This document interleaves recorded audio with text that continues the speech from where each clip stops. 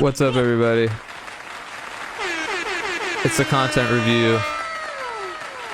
We're back with another review. Not a music video today. It's another Architectural Digest house tour. Not maybe what you were hoping for if you were hoping for another music video, but it's Walter Goggins, sort of actor who's been in things recently and previously. I don't know much about his history. I know he was in the Fallout show, and he's in the new season of White Lotus, which I'm sure is part of the reason that this video was made, because the new season of White Lotus just started last week. I just watched the first episode last night. Of course, Walter Goggins is in it. He seems to be playing a Walter Goggins type character, in the sense that the only character of his I'm familiar with is the character from Fallout, and he seems to have a similar vibe. Anyways, I'm curious to see his house. I don't have anything else to say. Without further ado, let's get into it. Hello, AD. What are you doing here? Just kidding. Welcome to our home. Our home. Who could our be?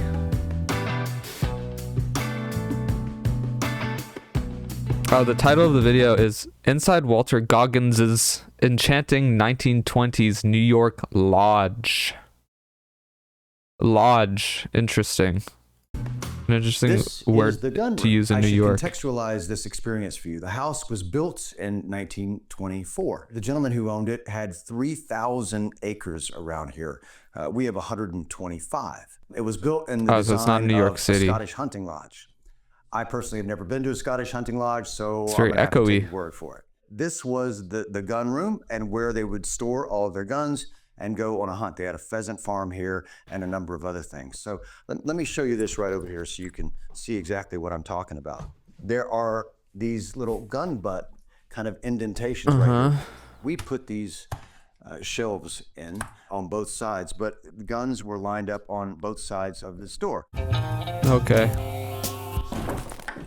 Check this out. You know what this is? This is a Prohibition bar. Now we have the original blueprints of the house, right? So we know that this room was called a linen closet, but it ain't a linen closet. This is where I get to do my thing. This is where they kept all of their liquor. His thing. For all of their His teeth are so white.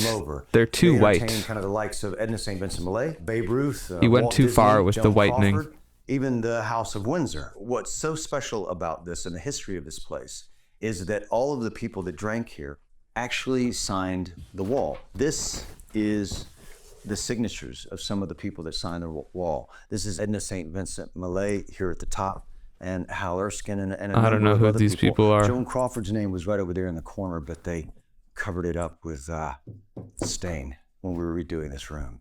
Joan, I'm so sorry.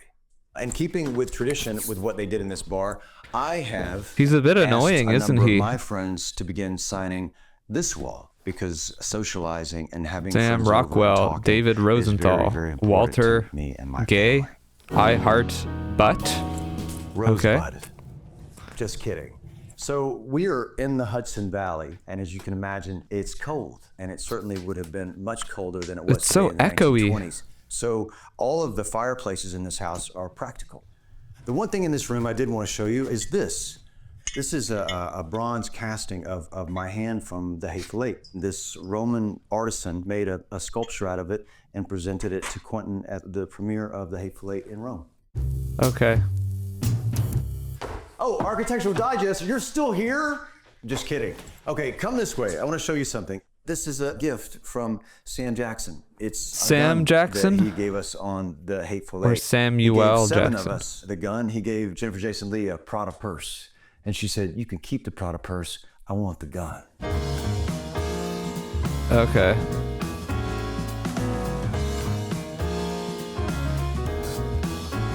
This is the living room. It literally is my favorite room in the house. We spend a lot of time Who's in we? this room as a family. There are what, 20 Does windows he have- in this does this room, man and have so children? You can kind of look out and see the seasons as they change. The sun comes up right over there. And we wake up early in the morning and have a cappuccino and sit in here and watch the sun. I can't say I love it. I'm a big fan of wood. And so I'm kind of surprised. When we were designing this house, the furniture we is wanted it to feel very ugly. like it felt in 1923, like it's a living salon. We contacted a dear friend of ours who became our interior architect, Sean Henderson, who is an unbelievable designer in this home. He just helped us reframe this experience and begin to think how we could live in it as a family. I like things that are old, that feel lived in and worn, and a lot of the little bitty things that you see on all of these shelves as we walk through the house. I like things that are old, that feel lived in and worn. Along the way in my travels. Very robotic. The family. I like things that are old, that feel lived in and worn, and a lot of the little bitty things that you see on all of these shelves. I wonder if they like chops that up, or even to, lamps, or like even in chairs, post the audio to make him say that. Along the way in my travels. But I feel like he just said it like that. Not having to walk more than 3 or 4 feet without having a place to sit, or with a drink and a friend and having a conversation. I think that that's what life is really all about. Can we just look at this fireplace? Oh, This guy's annoying. I sit here in front of this fire with my wife or with a friend and have a glass of wine, and I just think about all the conversations that were had around this fire over 100 years, and it just fills me with so much joy. It's very important for me to say this. There are a lot of artisans and artists that went into the making of our home in this community that we now call home. And some of those people are James Romanchuk and his son Dave, Jake Saka, who did all of the plumbing, again Sean Henderson, our architectural designer, and Dean Warner, who did the electricity, Chris Gregory, who matched all of the walls the electricity around here. And again, I just think it's so important to say that, like making a movie, an actor doesn't make a movie, a director doesn't make a movie. Oh man, this guy's so full of himself. Every day and pour their hearts into it. Jesus Christ. This is a painting by a friend of mine, Danny Fox. And you'll see Danny and Wes Lang in a lot of places. They're my best friends, and I'm very fortunate to have a few of their pieces, and they're bangers, if you know what I mean. Come with me. So then that leads into this hallway. Check this thing out. This is what's so cool about this. This was the main entrance to the house. We decided to close this entrance off to the house and kind of redid all the stone outside so that this is kind of like our personal wing. But this was the main entrance to the house. And it's just one of my favorite rooms in the whole house. It's just a hallway, but what a magnificent hallway it is. Okay. You'll see a lot of art in this home. That's what I do. That's It's what I'm so passionate about. echoey. It's about collecting things and finding things that are meaningful to me. I spend a lot of time in antique shops and flea markets and things of that nature. But I've been collecting art for about 28 years. And I started when, chips from Ballet Park and just a little bitty thing. And now, 28 years later, we've accumulated a lot of art. And having our son exposed to art is one of the most important gifts I think that we've been able to give him. What the hell is this guy talking about? And it's my son's ass. And we are walking in a river up here in the Hudson Valley. He's probably 3 there, so it would have been about 11 years ago. What I also really love about this room is the view. We live in the Hudson Valley, so it's constantly filled with I don't want to deer get started or on wild that turkey conversation. or We're just black going to bears, pretend or like that's, me walking naked, talking to myself, studying lines. You can see all of those things outside this window. He's always talking like this. I'm going to say something like this and then say something like that. It's really important to me that my son was exposed to art, and I feel like that's one of the greatest gifts I could have given him. He's really putting it on. Now I'm going to take you to the kitchen. This is where the cooking happens. And guess what? I do none of it. Zero. My wife, she does all of it. She's an incredible echoey. cook. What I'm the very lucky to have a partner what who the enjoys flip? cooking as much as my wife does. Although I do cook a mean sourdough, and I cook some unbelievable focaccia. Maybe you've heard of it. These are just like old plates that we kind of found. And this little piece of art right up here was the first piece of art that I bought from a friend of mine. That one and this one almost 28 years ago. But these are just things that we've kind of collected. These are ants. There's some ants right here. Again, they're just fans of my focaccia.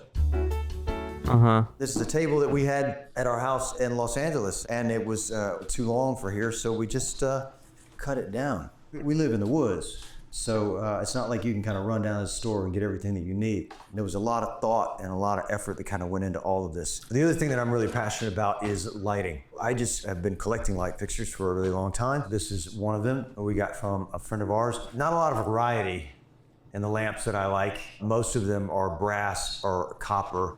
The thing that my family can't stand is how low I usually keep the lights. And they're constantly like, you see everything is on a dimmer. See that? Everything's on a dimmer. I'm gonna do an impersonation of my family whenever they walk into a room. And the lights go up. And as soon as they leave, the lights go down. Okay.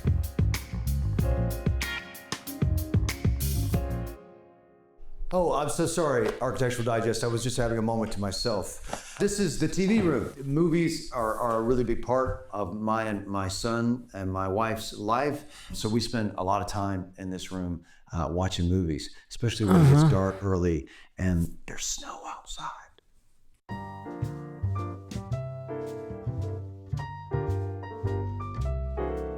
Upstairs. This is my office, and it's kind of a big, wide open space. And it's so echoey. That I've had for about 10 years. It's just really personal to me with, again, a bunch of things that I've collected over the years. I have stuff everywhere. This is a board where I keep all kind of my inspiration and things that, you know, I've done kind of over the years and things that really matter to me. There's a lot of pictures of my son. Hey, that's Tim Oliphant. And that's me. Okay. That's Raylan and Boyd right there. Pretty cool. Is it Oliphant? This is Oliphant? my It's not personal Oliphant? space, and this room is, it's me. When we bought the house, this is actually 3 bedrooms and a bathroom up here, and the rooms were really small. And then this was the caretaker's bedroom, but we turned this into a bathroom. You know, the thing about So this house, echoey. when we bought it, it hadn't been touched in 100 years. Every system in the house was on the precipice of failing. I mean, over the course of that year, we learned so much about this house, the history of this place, but we learned so much about ourselves and what it takes to bring a house back to life. Damn, the sibilances are going we're better crazy for it in the because echoes. it's literally the place that we want to be for the rest of our lives.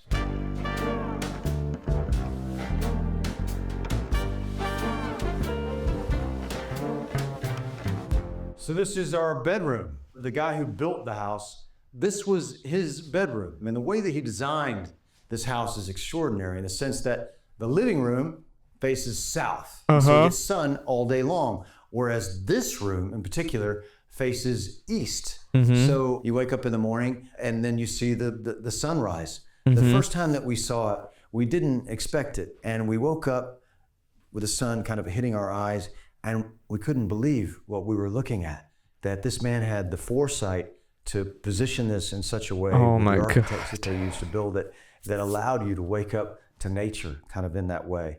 It blew our minds, but it really opened up our What the hell, hearts, man? and I can't believe that we get to live here. There's no way that his mind was so blown by the idea of somebody thinking, I'll make the master bedroom face east so it gets sun in the morning. Like he's some sort of genius or something. Like,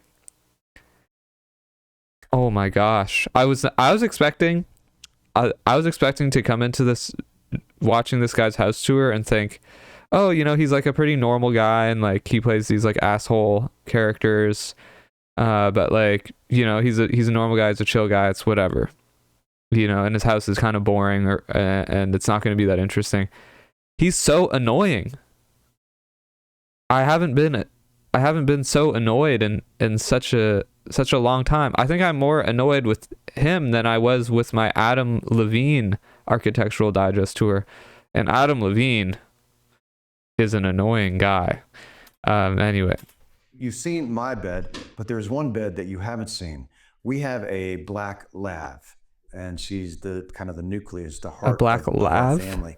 Well, she would sleep on our sofas, and they're made out of velvet. And when we moved here to the Hudson Valley, we were taking apart an old couch that we had, and I said, "Oh, don't throw that away.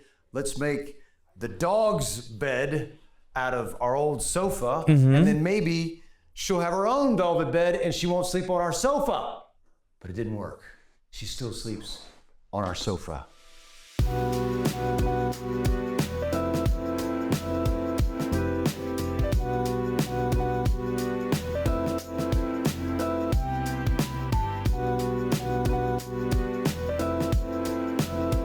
AD, thank you so much for letting us share our home with you. We really appreciate you coming Okay.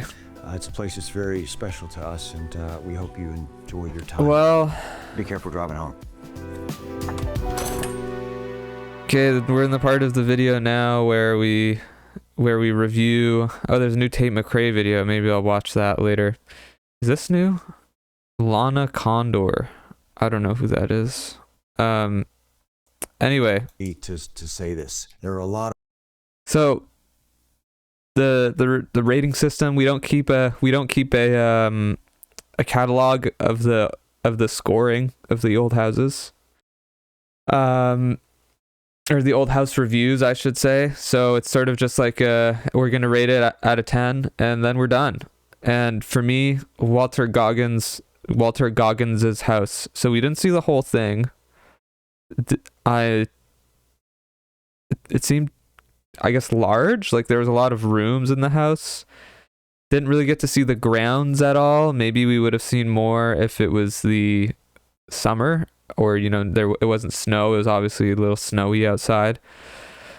I would have liked to have seen that because he talked about like we got to see the property as a whole. That's a big part of it when you're living in the country, is like he's not living on some like square. He's got a lot of land, and I would have liked to have seen that.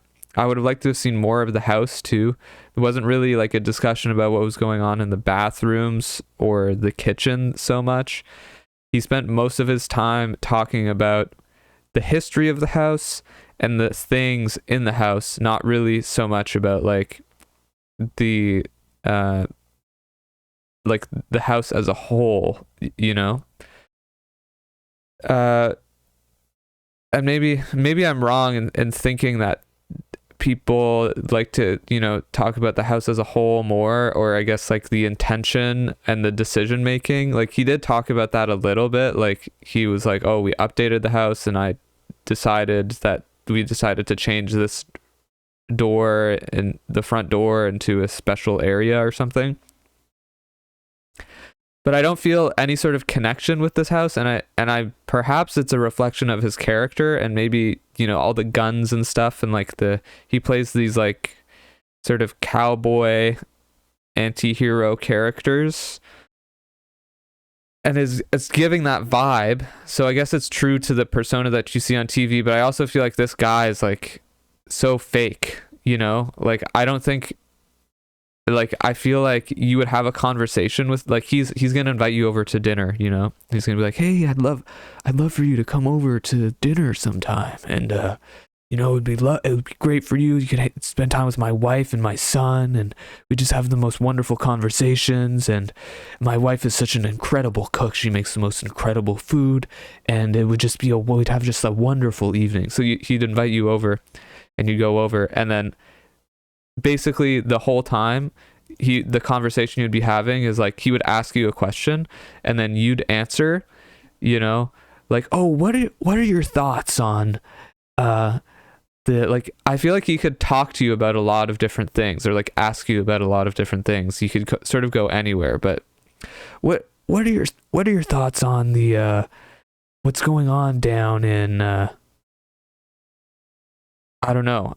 He like I can't even imagine. It could be anything. I feel like he could be anything. But what is something that you would ask? He'd be like, have you ever been to this part of? Yeah, he'll ask you like, have you ever been to the Hudson Hills or whatever he was saying?